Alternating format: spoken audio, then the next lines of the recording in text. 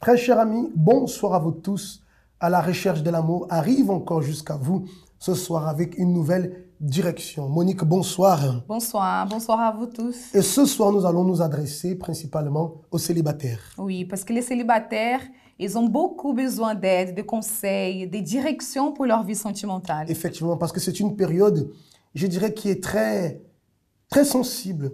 Et tu sais que beaucoup de relations, Monique, qui pouvaient bien aboutir, qui pouvaient se concrétiser. Parce qu'on disait lundi, lorsqu'on voit un couple qui commence, ce que nous attendons, bien sûr, le désir de tous, c'est de voir ce couple concrétiser cette relation par le mariage. On voit des personnes qui se marient, mais on n'imagine pas le nombre de personnes qui commencent mal. Je dirais même des personnes qui avaient tout pour réussir, mais malheureusement, par des mauvaises directions, des mauvaises décisions, ont fini par compromettre leur futur sentimental. Oui, et sachant que la vie sentimentale, même pour les célibataires, cela commence quand la personne elle est déjà toute seule. Parce que parfois le célibataire, il pense que la vie sentimentale pour lui commence seulement quand il va avoir quelqu'un. Et ça c'est ça l'erreur. Tout commence déjà maintenant parce que c'est une préparation. On ne va pas à une compétition, je dirais, sans se préparer. On voit par exemple les grands athlètes pour les Jeux Olympiques, c'est 4 ans. C'est 4 ans de préparation. Parfois pour, je dirais, même pas 1 minute de course. Donc, il y a une préparation. Et que dire maintenant pour un mariage qui va durer toute la vie? Il faut de la préparation. On va voir en ce moment notre premier spot et on revient déjà avec le thème de ce soir. Thérapie de l'amour. Venez chaque jeudi assister à une conférence exceptionnelle. Le rendez-vous à ne pas manquer. Le seul endroit où vous connaîtrez ce qu'est l'amour intelligent. Recevez des conseils et orientations, quelle que soit votre situation. Pour tous les couples, mais aussi pour les célibataires, mariés et divorcés. Découvrez comment construire ou reconstruire durablement votre vie amoureuse. Sachez comment s'aimer d'un amour intelligent. Chaque jeudi, à Paris, Évry, Nantes et Lyon. Ne manquez pas.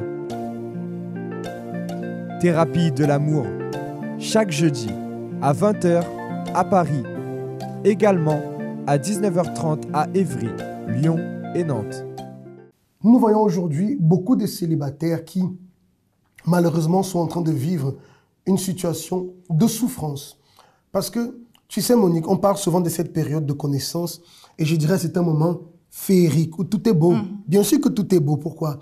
Parce qu'il y a toujours ce plaisir, cette joie d'aller rencontrer l'autre, de sortir, de parler. C'est un moment de connaissance. On a envie de connaître l'autre. Mais il y a des personnes, bien sûr que dans ces moments, il y aura aussi des petites, je vais dire comme ça, des confrontations, mais qui va déjà les permettre aussi de juger le caractère de l'autre personne, de voir la réaction de l'autre personne. C'est bon, ça fait partie. Mais on a des personnes qui sont en train de vivre ce moment déjà comme un véritable fardeau et qui, à cause de ce qui est en train de se passer, sont déjà en train d'être vaccinés contre la vie à deux. Ça va un peu rejoindre le sujet qu'on parlait. Parfois, les personnes, elles ont le sentiment l'un pour l'autre, mais elles ont peur du mariage. C'est souvent à cause de ce qu'elles vivent dans la période de connaissance qui les marque et qui les empêche vraiment de s'engager avec l'autre. Oui, et sans plus tarder, on va rentrer déjà dans notre sujet qui dit le souvent. Je cède à tout. Tout ce que mon petit ami demande, je donne. Et on voit, Isaac, que quand il y a cette attitude, là je parle dans le cas des filles, les jeunes filles ou les dames qui sont célibataires, lorsqu'elles donnent tout ce que l'autre personne demande, elle n'est pas en train de mettre des limites, une barrière dans cette relation. C'est comme si la personne, elle accepte tout. Elle ne peut pas faire cela. Pourquoi? Parce que il y a des étapes pour tout. Il y a des étapes pour tout. Aujourd'hui, dans cette période de connaissance, il y a, par exemple, financièrement. Souvent, ça arrive où la jeune fille, et aujourd'hui très souvent la jeune fille, commence financièrement à tout acheter au jeune homme. Ah, il a parlé, tu sais, j'aimerais tellement avoir une nouvelle paire de baskets, elle va acheter. Ah, j'aimerais avoir un nouveau téléphone, elle va acheter. Non, c'est pas le moment. C'est pas le moment. Les deux aujourd'hui, par exemple, vont sortir pour déjeuner, un dîner. Bien sûr, question de galanterie et aussi honneur, on va dire comme ça. Le garçon, naturellement, il va payer. Hein, il va payer le dîner, il va payer le déjeuner. mais il n'a pas encore un engagement financier vis-à-vis de la fille. Ah, il me faut des nouvelles robes, tu dois m'acheter. Non, c'est pas encore le moment.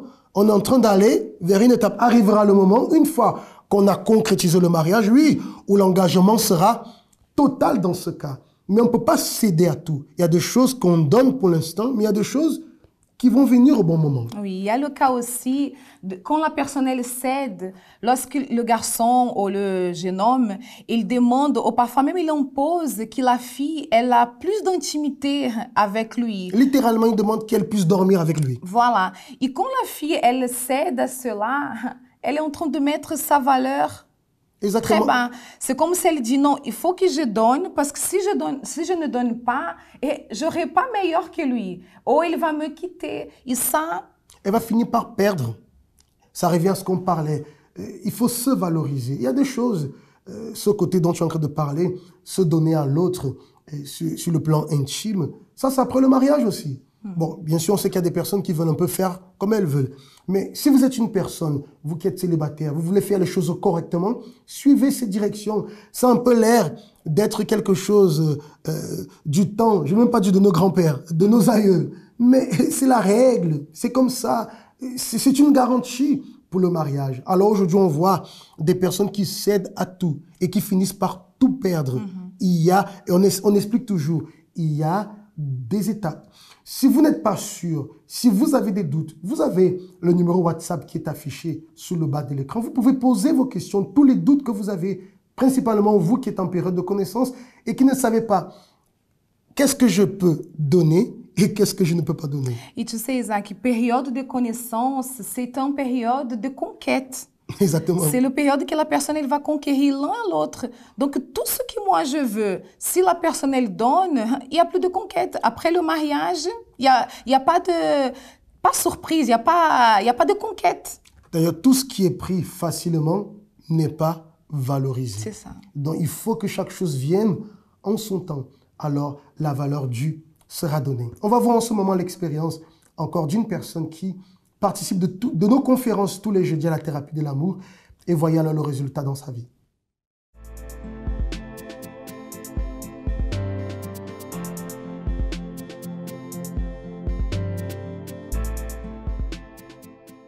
Bonjour, je m'appelle Gilma et avant de participer à la thérapie de l'amour, j'étais une personne, par exemple, j'avais beaucoup de préjugés concernant les garçons.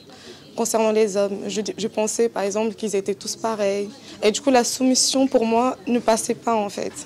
Parce que quand je voyais ma mère avec mon père, elle subissait beaucoup de choses. Et du coup, je me disais, quand j'allais me marier, certainement, je ne vais pas me soumettre comme elle en fait. J'avais un caractère qui était fort. En venant à la thérapie de l'amour, j'ai commencé à comprendre en fait la valeur du mariage en fait. Quel est le rôle de la femme? Donc, au fur et à mesure que je venais, j'ai appris par exemple à me valoriser encore plus, à ne pas être une personne très exigeante avec moi-même, une personne fermée, une personne dure en fait. Donc j'ai appris à ne pas me voir négativement, à me valoriser, à croire que j'aurai un mariage, que j'aurai une vie sentimentale bénie en fait. Aujourd'hui, je peux dire que je suis une personne, je suis bien avec moi-même parce que j'ai appris à être bien d'abord à l'intérieur de moi. Aujourd'hui, je suis une personne, j'ai pas besoin d'être dure, négative avec moi-même en fait parce que c'est Dieu m'accepte tel que je suis. Qui suis-je pour ne pas m'accepter tel que je suis en fait?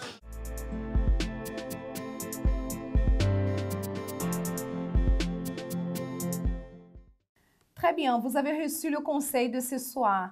Mais bien sûr, le sujet qu'on a parlé ce soir, il y a pas mal de choses d'expliquer, de parler là-dessus. Donc, si vous vous êtes senti concerné par ce qu'on a parlé, vous avez notre numéro qui s'affiche là en bas de l'écran. Vous pouvez nous envoyer un message pour pouvoir nous contacter ou même marquer un rendez-vous pour qu'on puisse vous parler le jeudi. Alors, parce que tu sais, chaque cas est bien spécifique. Il y a des personnes, c'est une situation, d'autres, c'est une autre situation. Alors, n'hésitez pas, parce que j'ai la certitude, Monique, qu'il y a des personnes qui vivent cette situation et qui ne savent pas comment réagir. Mais vous allez recevoir une direction qui va véritablement vous aider. Et nous aimerons vous parler très spécialement ce jeudi, demain d'ailleurs. Nous aurons ici une prière très spéciale, vraiment très spéciale. Tu sais qu'il y a beaucoup de personnes qui ont été abandonnées sur le chemin, des personnes blessées, des personnes en pleine souffrance dans la vie sentimentale. Et parfois, ce qu'elles ont écouté de leur entourage, c'est « Écoute, c'est la vie. Il y a des personnes qui ont vécu des situations plus difficiles que toi. Estime-toi heureux d'être encore en vie. Estime-toi heureux ceci. » Et ça n'aide pas. Les personnes sont blessées, elles ont besoin d'être guéries. Demain, vous allez trouver la solution pour la guérison de votre intérieur. Vous qui avez été blessé dans votre mariage, vous qui avez été blessé par un divorce, vous qui avez été blessé par une trahison, vous qui avez été blessé par un mépris. Enfin, vous portez encore une blessure dans votre intérieur. Demain, c'est le jour du bon samaritain. Nous vous invitons, nous sommes en train de vous tendre la main pour pouvoir vous aider à sortir de cette situation. Et si vous connaissez quelqu'un dans votre entourage, peut-être quelqu'un de votre famille, un ami, tendez-lui la main aussi. Soyez le bon samaritain qui va apporter l'aide à cette personne. Et j'ai la certitude, ici à Paris, comme aussi à Évry-Couronne, à Nantes et à Lyon, nous allons vivre le même esprit où nous allons déterminer la guérison de votre intérieur. Ne perdez pas cette opportunité demain dans les centres d'accueil qui font cette conférence de la thérapie de l'amour. Passez une très bonne soirée et nous vous attendons demain. Que Dieu vous bénisse.